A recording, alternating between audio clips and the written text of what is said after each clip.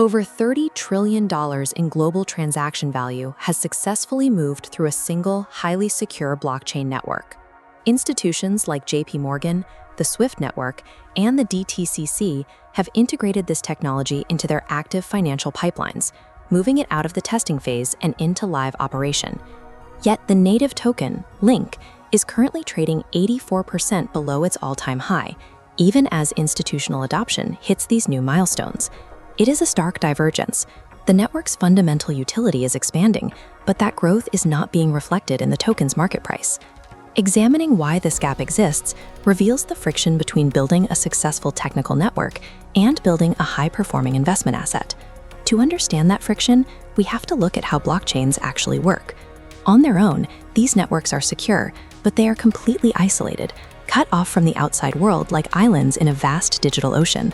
Smart contracts, the code that automates transactions, cannot see anything happening in the real world.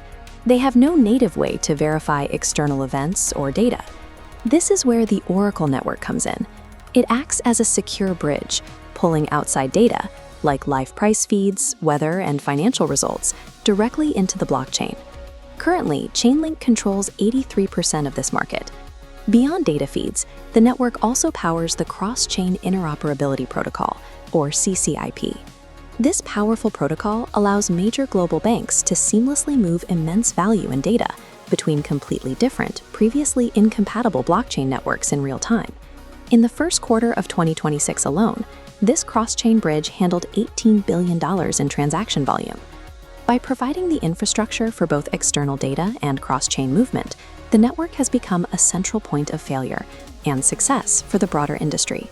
But while the network is completely dominant, the LINK token itself operates under a totally different, much more restrictive set of economic rules. Supply is capped at 1 billion tokens, with only 73% circulating. The remaining tokens slowly enter the main pool, creating steady inflation. Most importantly, generated protocol revenue completely bypasses regular token holders, pouring exclusively into a bucket labeled node operators. Currently, it acts as a payment to keep the network running, which enriches the operators but limits value for passive investors. This brings us to the current market. Today, LINK sits around $7.40, a long way from its 2021 high of $52.70. Market sentiment remains low, creating a heavy contrast against the network's high volume of institutional partnerships. Traders are watching the $10 level. A clean breakout above that horizontal resistance would be the first signal that market momentum is finally catching up to the network's growth. Chainlink has successfully positioned itself as the standard for decentralized data, securing the vast majority of Oracle-dependent value in the ecosystem. However, the price will likely continue to lag until the protocol introduces changes to how fees are distributed to token holders. For those looking for exposure to this infrastructure, LINK is available on major exchanges like Coinbase and Binance, or via Uniswap for decentralized trading.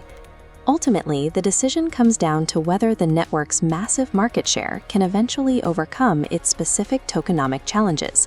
Let us know your take in the comments. Like and subscribe for more breakdowns. And remember, this isn't financial advice. Always do your own research.